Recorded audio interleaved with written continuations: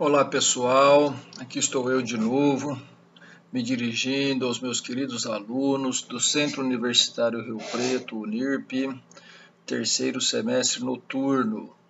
Mais uma vez, é um bate-papo aberto, público, está à disposição de todos que acharem que poderão tirar algum proveito daquilo que nós vamos falar aqui hoje. Lembro que as dúvidas que eventualmente surgirem deverão ser esclarecidas através de e-mail dirigido para renatopupo@yahoo.com.br. renatopupo, P-U-P-O, professor@yahoo.com.br. Muito bem, hoje nós vamos falar do infanticídio, artigo 123 do Código Penal, que diz: matar sob influência do estado puerperal o próprio filho durante o parto ou logo após. Pena detenção de 2 a 6 anos. Imagine que não existisse este artigo 123. Então o que nós teríamos? Seria um crime de homicídio, lá do artigo 121, com agravante do artigo 61 do Código Penal, aquelas agravantes genéricas, são circunstâncias que sempre agravam a pena quando não constituem ou qualificam o delito. Estão lembrados? Letra E, praticado o crime contra ascendente, descendente, cônjuge ou irmão. E letra H, contra criança. Então, no caso, nós teríamos aí duas agravantes. No caso, ser um descendente e ser uma criança. Porém, veio o legislador e deu um tratamento diferenciado. Ele entende que aquela mãe, sob a influência do estado puerperal, ela está numa condição que diminui a reprovabilidade da conduta, e daqui a pouquinho nós vamos falar por quê.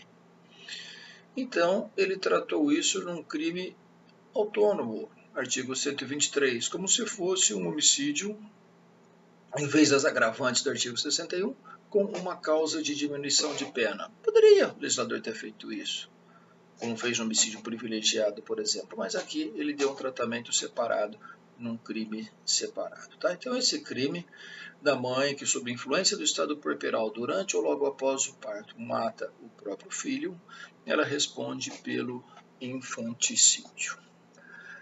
Muito bem. Algumas dúvidas começam a surgir. Primeiro, o que é o estado puerperal e quanto tempo dura? O estado puerperal, em palavras bem simples, é um estado no qual se encontra a mulher após o parto, dizem alguns doutrinadores, após a expulsão da placenta, que provoca uma série de alterações físicas e psíquicas na mulher. Aquela carga hormonal, somada ao sofrimento da gravidez e do parto, provoca algumas alterações na mulher, tornando-a semi-imputável, ou seja, não lhe retirando a capacidade de compreensão e de autodeterminação, mas lhe diminuindo esta capacidade. Tira a capacidade plena de discernimento, de análise, de bom senso, assim como retira a capacidade plena de autodeterminação. Então, esta mulher, que teria como semi-imputável aquele redutor de 1 a 2 terços nos termos do artigo 26, parágrafo único do Código Penal, aqui ela vai ter um tratamento diferenciado. Legislação chilena estipula um prazo de 48 horas para o estado puerperal. Na Argentina fala-se em 72 horas. No Brasil não há essa determinação sobre o tempo de duração. O importante é que fique estabelecido um nexo causal, ou seja, a mulher praticou aquele ato influenciada pelo estado puerperal e logo após o parto ou durante ele. Durante é fácil, mas e o logo após? Como deve ser interpretado? Os doutrinadores falam, esse logo após deve ser entendido como imediatidade. Mas há entendimento de que ele pode ser prorrogado, não necessariamente imediatamente após o parto, desde que fique demonstrada a influência do estado puerperal. Muito bem. Matar sob a influência do estado puerperal o próprio filho durante ou logo após o parto. Fiz algumas anotações para vocês. Primeiro, quem é o sujeito passivo? O próprio filho, é fácil. Ok, qual dos filhos? Aí vem a doutrina, fala nascente ou neonato, também chamado de recém-nascido, né? Por quê? Durante ou logo após. Durante é o nascente, é o que está nascendo. E logo após é o neonato, é o recém-nascido, é o que acabou de nascer. Então, se a mãe mata um outro filho, aquela carga hormonal, aquela perturbação faz com que ela acabe matando um outro filho, de 2, 3 anos, que foi visitá-la no hospital, ela vai responder pelo infanticídio?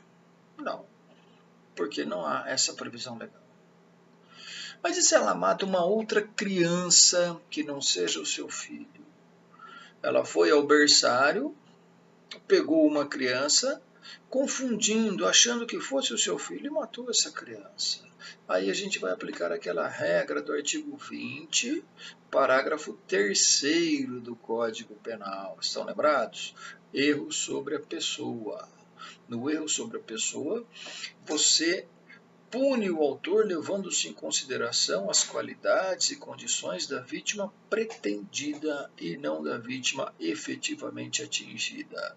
Então ela queria matar o próprio filho, atingiu uma outra criança, vai responder como se tivesse matado o próprio filho, porque ela errou. Essa troca às vezes beneficia, como no caso, outras vezes prejudica. Não tem problema, a regra é a mesma, artigo 20, parágrafo 3º do Código Penal. Tá? Então, se essa mãe matou uma outra criança achando que fosse o próprio filho nascente ou neonato, ela vai responder por infanticídio nos termos do artigo 20, parágrafo 3º do Código Penal.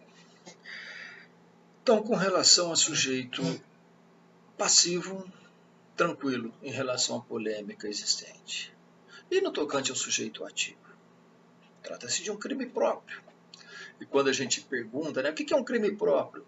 Alguns alunos, até mesmo alguns treinadores, aquele que só pode ser praticado por determinadas pessoas. Eu não gosto disso, vocês que são meus alunos sabem disso. Eu costumo dizer, se é crime, não pode ser praticado por ninguém, não é? Crime próprio é aquele que exige uma qualidade específica do sujeito ativo. É aquele no qual somente determinadas pessoas ou categorias de pessoas podem figurar como sujeito ativo. Funcionário público, aqui no caso, a mãe sob a influência do estado puerperal. No 156, quando a gente trata do furto de coisa comum, o sócio, condômino ou cordeiro, né? Então, essas são as exigências para o sujeito ativo. Aqui, a mãe, sob a influência do estado puerperal. E o pai? Vamos lá, vamos analisar. São várias situações envolvendo o pai. A mãe, sob a influência do estado puerperal, mata o filho, o próprio filho, que está nascendo ou que acabou de nascer. E o pai ajuda. Surge aqui a primeira polêmica. Alguns dizem, não, a mãe tem um tratamento mais benéfico porque ela está com aquela carga hormonal que provocou alterações físicas e psíquicas sobre ela. O pai não está. Então ele deve responder por um homicídio normal, e no caso ainda com as agravantes do artigo 61, letras E e H. Mas aí surge um contrassenso. Vejam, a mãe vai ser autora e o pai vai ser um autor de um outro crime, se não quiser aceitá-lo como partícipe. Vejam, a conduta da mãe foi a conduta principal, matar. A do pai foi ajudar. Aquele que apenas ajudou vai responder por um crime mais grave do que aquele que praticou a conduta criminosa. O acessório vai superar o principal. Então, o entendimento é de que não. Nesse caso, se o pai auxiliou Se ele auxiliou, ele não matou. Não existe o auxiliar a matar, ajudar a matar. Não existe esse tipo penal. Para a gente punir aquele que auxiliou, aquele que ajudou, a gente precisa recorrer ao artigo 29 do Código Penal, né? Adequação típica de subsunção estendida, ampliada. Não existe aquela ligação direta entre o fato e a norma. Você sai do fato, vai até o 29 para chegar na norma. Então vejam, se você vai ao 29, você está falando de um concurso de agentes. E no concurso de agentes, teoria monista. Todos que concorrem para um crime respondem pelo mesmo crime. Se a mãe está respondendo pelo infanticídio, o pai que auxiliou vai responder pelo infanticídio também. Ah, mas o artigo 30 diz que as condições e circunstâncias de caráter pessoal não se comunicam. Sim, não se comunicam, exceto quando elementares do crime. E aqui, esse estado puerperal é uma elementar, então se comunica. Então, gente, a mãe vai responder pelo infanticídio e o pai que auxiliou também. E se o pai praticar a conduta principal de matar? Idem. Só teremos uma solução diferente se o pai matar e a mãe, sob a influência do estado puerperal, apenas ajudar. Aí, neste caso, o pai praticou a conduta principal. Ele vai responder pelo artigo 121, homicídio. Ok? E a mãe?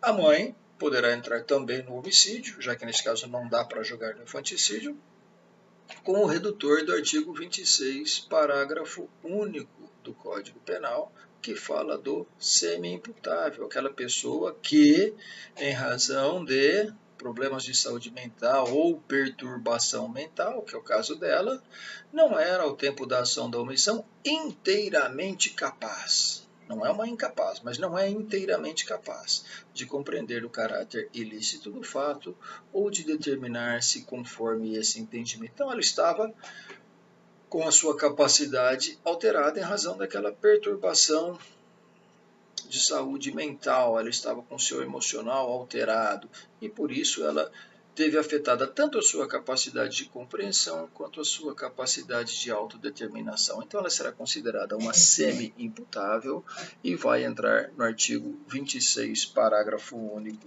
do Código Penal.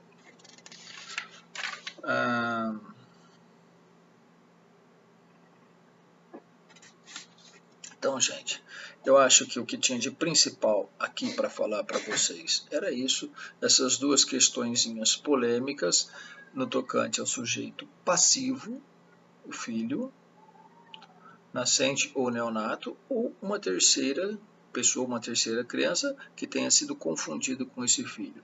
E no caso do autor, crime principal, a mãe, desde que esteja sob a influência do estado puerperal e seja durante ou logo após o parto, podendo um terceiro responder também, nos termos dos artigos 29, que trata da coautoria, e 30, né, que fala das circunstâncias não comunicáveis, mas nesse caso se comunicam porque são, embora sendo pessoais, são elementares do crime, né?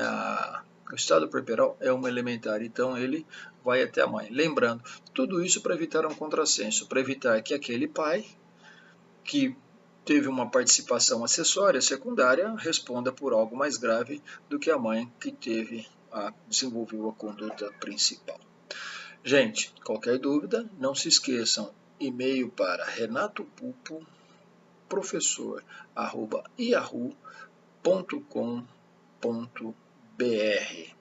Em breve nós estaremos de volta e vamos falar sobre aborto. Aí nós vamos, para não ficar um vídeo muito longo, nós vamos dividir em 2, 3 vídeos aí, tantos quantos forem necessários, ok? Estamos aí, estou à disposição de vocês. Repito, a pandemia não pode prejudicá-los. Estamos longe fisicamente, mas sempre perto. Estamos ligados um ao outro. Valeu, gente. Forte abraço.